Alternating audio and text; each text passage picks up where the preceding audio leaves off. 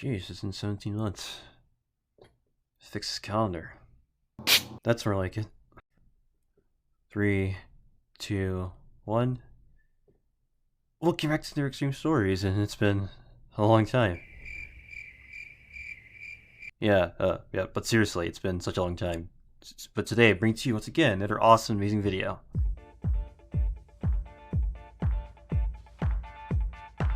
Today's video is Work Stories, the Xtreme. Imagine you're at your job.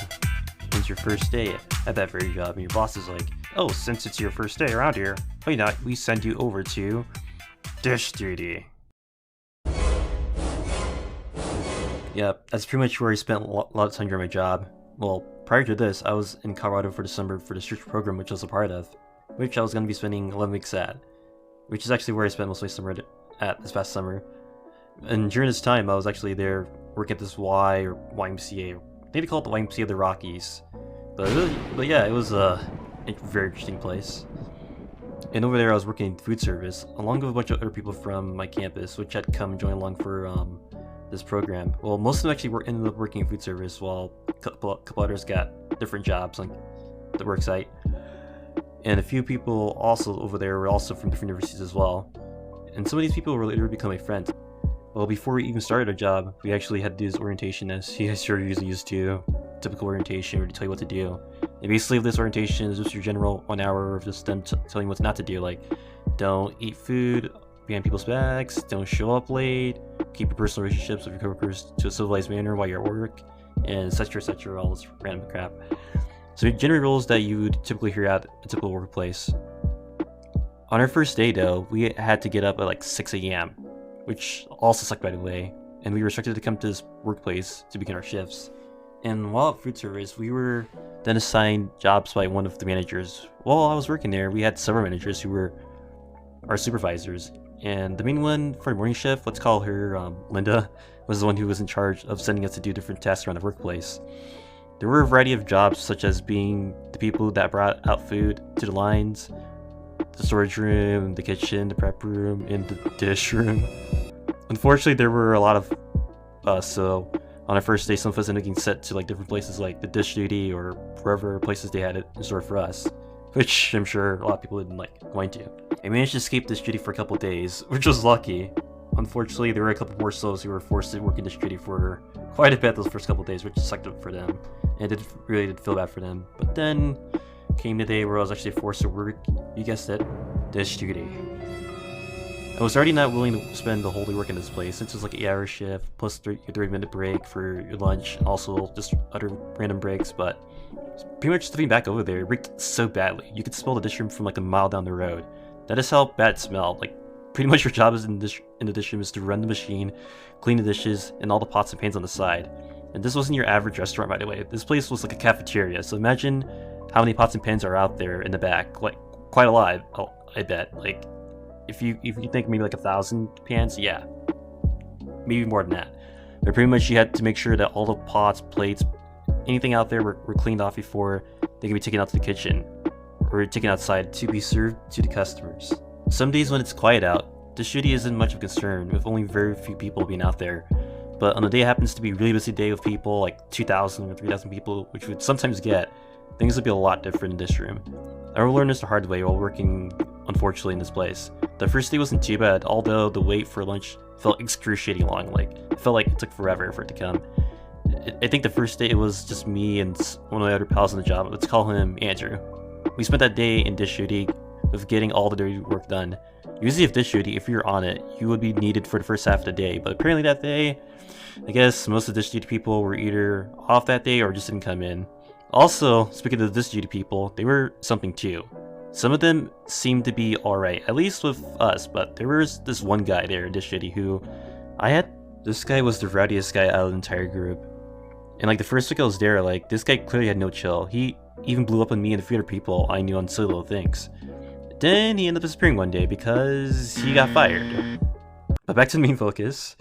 Well, with the first day, it was pretty much moving up until the time we had to close down the machine. At that point, it was already 2:30, and it was usually the time that we had to get off our shift, but another manager, which happened to be the afternoon evening manager, let's call him, weird guy. I'll discuss more about this later. But basically, this guy had us close down the dish machine, which was a pain in the rear end. Like, not only did you have to turn off the machine, but you also had to clean the machine, the inside of the machine as well. Now, I can deal with cleaning dishes, but the insides of the dish machines, yuck. Cleaning that thing took an hour, like a literal hour.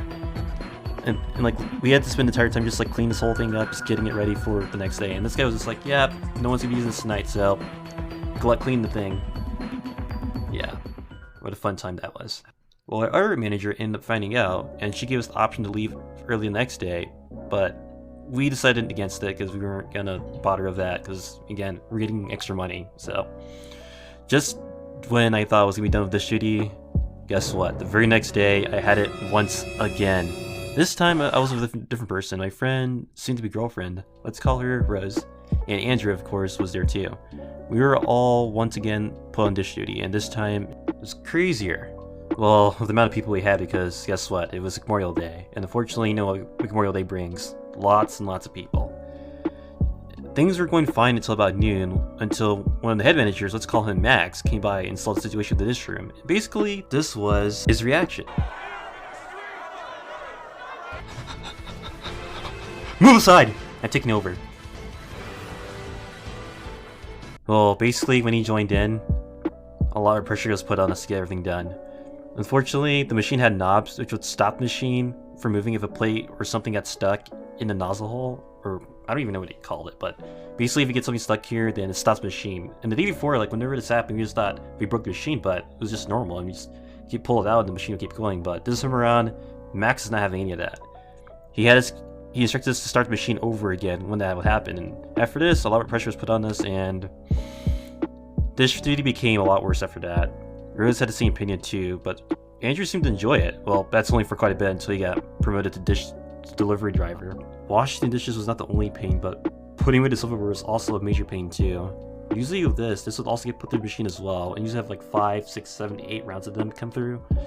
And you have to separate them by usual categories, the spoons, the forks, the knives. But it's not just that too, you also have to separate them by fancy forks, fancy knives, all this other stuff too, because not only did you have one dining hall, you had 5 dining halls to take care of, so there's also this fancy banquet hall that had fancy silverware, and fortunately, that was also a thing we had to worry about too. And also you had weddings.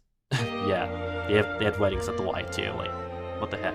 But besides the point, you usually had to separate all these silverware from all these different people, and with the Y getting millions of people a day, well, you better believe we'd be separating a lot of silverware. And not only that, you also get people abusing these utensils as well. Like, I don't know if there's like monsters or people who come to the Y, but sometimes when we get the silverware back, it comes out with like broken bent forks or bent knives, or sometimes even full-on broken utensils, which we have had a few times.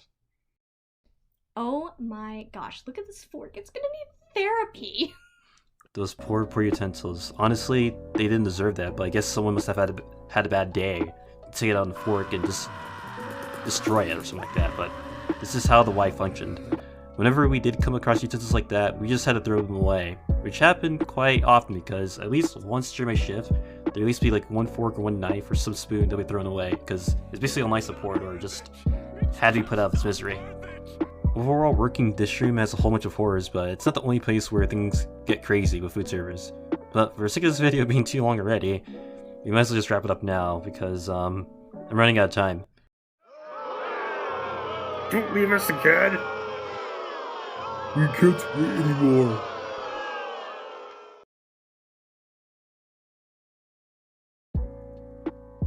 And that's it for this awesome, amazing video. Thank you guys for enjoying this video. Sorry it took so long. It's been like 17 months since I last did Xtreme Stories, and yeah, it wasn't my intention to stop doing them, but I guess like throughout last year I got caught up in like a lot of things, so like last year I literally had no time to get any of this done, but I finally am going back into Xtreme Stories, although we'll be having one come out at least like once a month from now on.